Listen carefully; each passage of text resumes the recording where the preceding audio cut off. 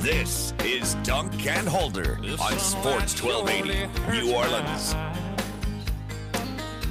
Welcome back on a beautiful Country Fried Friday here in New Orleans. Dunk and Holder, Clyde Berdan, Dave DeCorbe. Larry's off today. Hopefully he's enjoying a nice 3-day weekend here because it is a beautiful one in New Orleans. And we're pleased to be joined by Matt Moore of the Hardwood Paroxysm. That's at HP. Was it HP Basketball? HP Basketball on Twitter. Basketball. Matt, welcome into the program, and I got to get your thoughts right off the bat. Clyde and I were both in the arena last night for that takedown of the Blazers, and I'm kind of stunned. I have to admit, I thought the Blazers, had a chance to get upset in this series as the 3 seed, but I didn't expect this total domination that we're seeing by the Pelicans. What are your thoughts on it so far as it's played out? Yeah, I like them coming in. I picked them in the series. One of the rare thing I get right in terms of the playoffs and picking these kind of matchups. It was just apparent when you went back and watched the regular season matchups how much the Blazers were going to struggle with specific things that the Pelicans bring to the table. Long, athletic guards that can score off of the pick and roll. Anthony Davis being basically Godzilla mixed with some sort of nuclear explosion. The way that they are able to push the tempo and really kind of dictate pace to the Blazers, which want to play slow but aren't great at that, and how limited the Blazers' offense was. There was this uptick in the Blazers' offense late in the season that I never really bought in. But the most impressive thing, I think, is that the Pelicans came into this series and they didn't settle in. We're seeing this in a lot of these different series. The difference is not so much the X's and O's, it's approach and discipline. And the Pelicans, even though they're playing fast, they're disciplined with their game plan. They know what advantages they have, and they are attacking them on both ends of the floor every single time down. And that's a real credit, I think, to Alvin Gentry. And, the addition of Nico Mirotic, I don't think can be understated to this team. I mean, they were in a desperate shape there after losing DeMarcus Cousins. They'd lost at home to the Kings in a decidedly lopsided game at home. And they ended up getting Mirotic on, and he struggled a little bit, but he has found his groove. And I just wanted to get your thoughts on what he's brought to the table there. I hate that cliche, but it's pretty obvious that he opens things up for not only Anthony Davis, but also Drew Holiday, Rajon Rondo. It just seems like with him playing at the level he's playing at right now, they're a very difficult team to guard. Yeah, so I've always been a Mirotic skeptic. He's labeled as a shooter, but he would shoot like 32% from three. He was labeled as a defensive player, but he never really made a sizable impact there. His net rating on versus off court was always poor. He's been incredible in this series.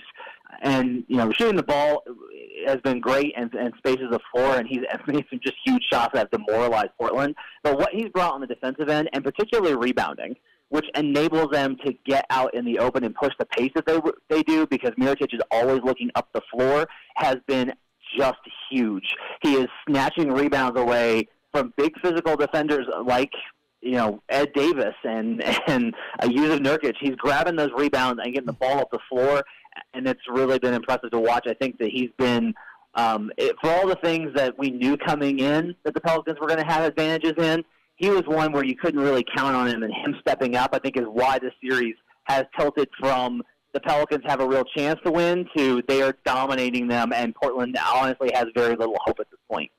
Matt, and speaking of just kind of that play, I think obviously for a lot of people watching, or at least most fans watching the series or watching the 4 games in the regular season, it was going to be the Pelicans versus the kind of two-headed guard monster of C.J. McCollum and Damian Lillard.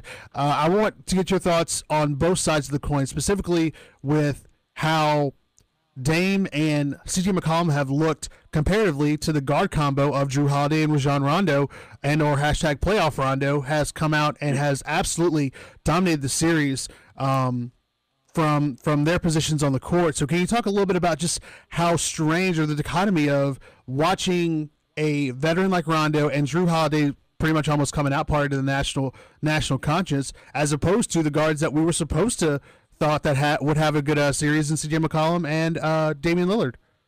I'm so thrilled for Drew Holiday. Just everyone in the league that I talked to is just thrilled that we're seeing this from this kid. I mean, it's just great to see a guy, after everything that he's been through, put in this kind of performance that a lot of people in the league knew he was capable of. The way that he has attacked them on ball, I think, has really spooked them. the size is really the biggest difference here. They have big guards that can guard them in 2-on-2 pick-and-roll coverage because you're not worried about the lob because you have Anthony Davis to disrupt that. You have this big shot blocker behind you. So you're able to be hyper-aggressive and really dog them. On the other end, they can't disrupt them at all. A lot of this is the Blazers pick-and-roll scheme. They have created a system to specifically kind of cover for Yusuf Nurkic. They don't switch. They drop every single time, and they keep their shooters home. Well, the problem is Drew Holiday is so good off of the dribble, both at getting to the rim and with his jumper. So is Ian Clark. And honestly, Rajon Rondo is so patient with how he manipulates space that is absolutely cooking Portland. And they don't really have an answer because they don't have enough size to disrupt those kind of shots. And that's caused a lot of issues. They started to help off more in these last couple of games. You're like, all right, we have to make an adjustment. Let's start bringing up help. Well, guess what? That's opened up things for Nikola Mirotic. That's opened up more things for Anthony Davis. There's no real answer there because all year long, everyone's kind of baffled by how Portland went from a bottom 5 defense the last 2 seasons to a top 5 this year, and we're seeing kind of that regression come in hard because they just simply do not have the size and athleticism to handle it when teams are constantly attacking small guards. We're talking to Matt Moore, NBA writer for Action Network HQ, and you can find him at HP Basketball on Twitter. He's with the Hardwood Paroxysm. I love his Twitter feed is great. He's all over the place on every NBA game, and we wanted to get his thoughts on this series between the Pelicans and Blazers, which is kind of turning into a walkover. And another series that could have implications, and looks like it's going to have implications for the Pelicans, is going on right now between the Warriors and Spurs. It looks like the Warriors will advance. I mean, they're up 3-0. You never say never in the NBA, but I'm curious, Matt, do you think the Warriors, if this plays out and the Warriors get to the Pelicans and they meet in the next round, do you think they're as vulnerable as I think a lot of Pelicans fans think they are, especially with the injuries now, potentially to Kevin Durant and obviously the injury that Steph Curry is going through right now? They're more vulnerable than they were last year. I don't think I can classify them as vulnerable overall because Curry is likely going to be back for that series. Because of how the playoff scheduling is going to go, there's a good chance that Curry's back either for Game 1 or Game 2, and that fundamentally changes what they're capable of. It's funny, I wrote actually a preseason article saying, like, look, if the Pelicans can find a way to get to the playoffs, they can really match up with the Warriors because of Anthony Davis and DeMarcus Cousins. And, well, that unfortunately did not work out. But, look, I think New Orleans is going to have some tactical advantages there if we look ahead a little bit. Don't count out Portland until you get that 4th game. But they're going to have some advantages there with, again, the size they bring on the perimeter where they're able to disrupt Klay Thompson and probably crowd Curry a little bit more. Since that first-round playoff series where the Warriors beat the Pelicans, Davis has gotten better and better against them, and Draymond Green has found fewer and fewer tricks to counter him. So Davis, if he's healthy, is likely to have an absolutely monster season. With what Rondo brings to the table and then Mirotic facing the floor, they're going to have a real shot in that series. They're going to need a lot of things to go their way, but they do bring enough to at least say that they have the firepower to counter what Golden State's going to bring. All right, Matt. Well, we've covered at least everything locally. Now we at least definitely want to get your thoughts on the national scene. And I guess, specifically, we were talking before you got on where, the Pelicans have kind of been able to steal a lot of this limelight of the series just because of, or at least among some, just the absolute sheer shock value of it. But clearly there's a lot of things going on in the NBA in this playoff series around the league. And I guess first, let's just start off with the Cleveland LeBron Jameses versus the Indiana Pacers.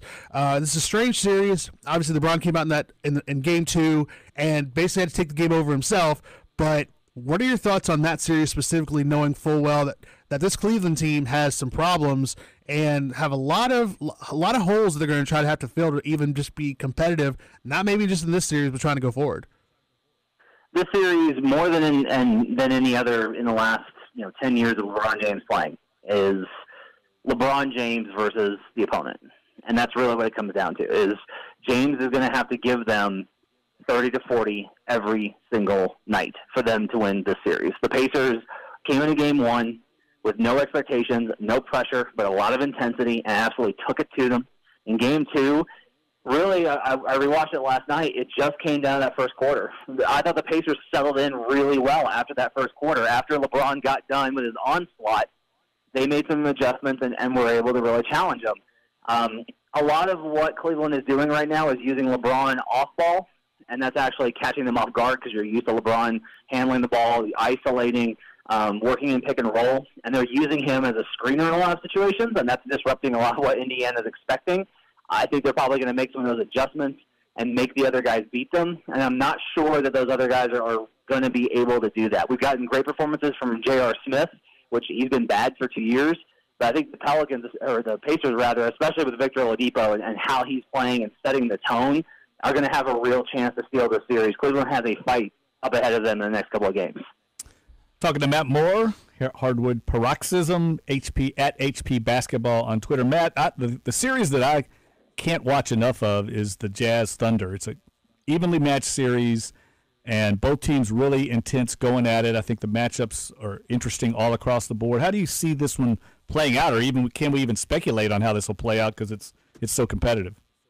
I think it's such a coin flip. Through 2 games, the total score is Thunder 2-11, Jazz 2-10.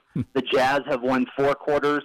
The Thunder have won 3, and they tied in 1. I mean, it hasn't been kind of like an even distribution. It's like one team makes a huge run, and you're like, oh, well, there goes that team. And then the other team makes a huge run, and you're like, oh, well, they blew it. And then it just happens again. They've just alternated on these huge runs, not being able to counter one another. I think the speed, the tempo, the style is still way more of what Oklahoma City wants than Utah. I'm going to be curious if that shifts with the series going to Utah for games 3 and 4. I think Utah has a lot of advantages here in matchups, but the Thunder have more top-end talent. And a lot of this may simply come down to, if we look at the Pacers and Cavs as about LeBron, this one may come down to Westbrook because he was so lethal in Game 1, getting out in transition and getting to the rim. The Jazz did a much better job of slowing him down in Game 2, but if he has another monster game, that can tilt the series and turn what would have been a Thunder loss into a win, and that may be the deciding factor. I think Paul George is the best overall player in this series, but Westbrook has the capability to take over and really decide it if he has another 1 or 2 massive performances. All right, Matt, one more before we let you run here. Just great insight, but I guess our last question, or at least my last question, is there any way that you don't see or possibly don't see us having a Rockets-Toronto NBA Finals, and what would it take for that to happen, or do you see something possibly standing in the way of having that happen from either the West or the East?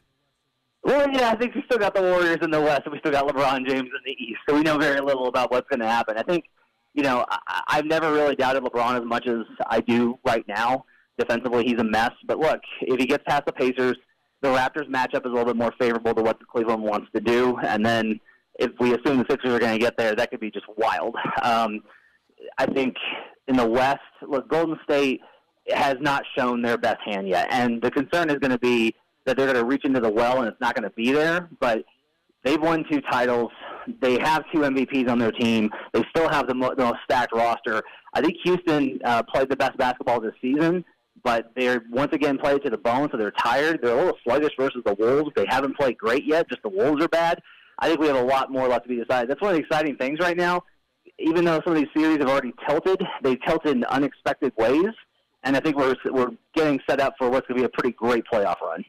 That's Matt Moore, Hardwood Paroxysm, at HP Basketball on Twitter. Matt, we really appreciate the time. Great insight, and hopefully get you on in the future. Have a great weekend. Anytime. Thanks, guys. Matt Moore, Hardwood Paroxysm. Man, he could go on, I think, all day. I told you. I told you, man. I mean, Matt has had his ear to the pulse with the NBA for so long, and such great insight, great information, and not just, the simple standard stuff that you can get from either from us or he's analytics. Yeah, like analytics, and just really digging into the types of matchups that you see, why things have gone the way they've gone. Just a really, really great interview. That's exactly what I was expecting. I cannot wait to clip this for the rewind later today. All right, look for that at NOLA.com later this afternoon, and we'll take another break. When we come back, we're going to break down some of the other series in the NBA playoffs. We touched a little bit on it with Matt, but I think there's some other developments in some of these series that could impact the Pelicans later on and potentially lead to, who knows? I mean, who knows how far these Pelicans can go? Right now, I feel like they're confident and playing with such a swagger that anything is possible I'm certainly not going to doubt him. I've already done that, Clyde. I've already doubted him once this year. I'm not doing that again. Yeah, don't do that again, please. We've already got people on the YouTube stream wondering, oh, why is Jeff so surprised now? He wasn't surprised earlier in the season. I cannot deny it. I deserve it all. All right, let's take a break. Duncan Holder, Sports 1280, NOLA.com, the iHeartRadio app. We'll be right back.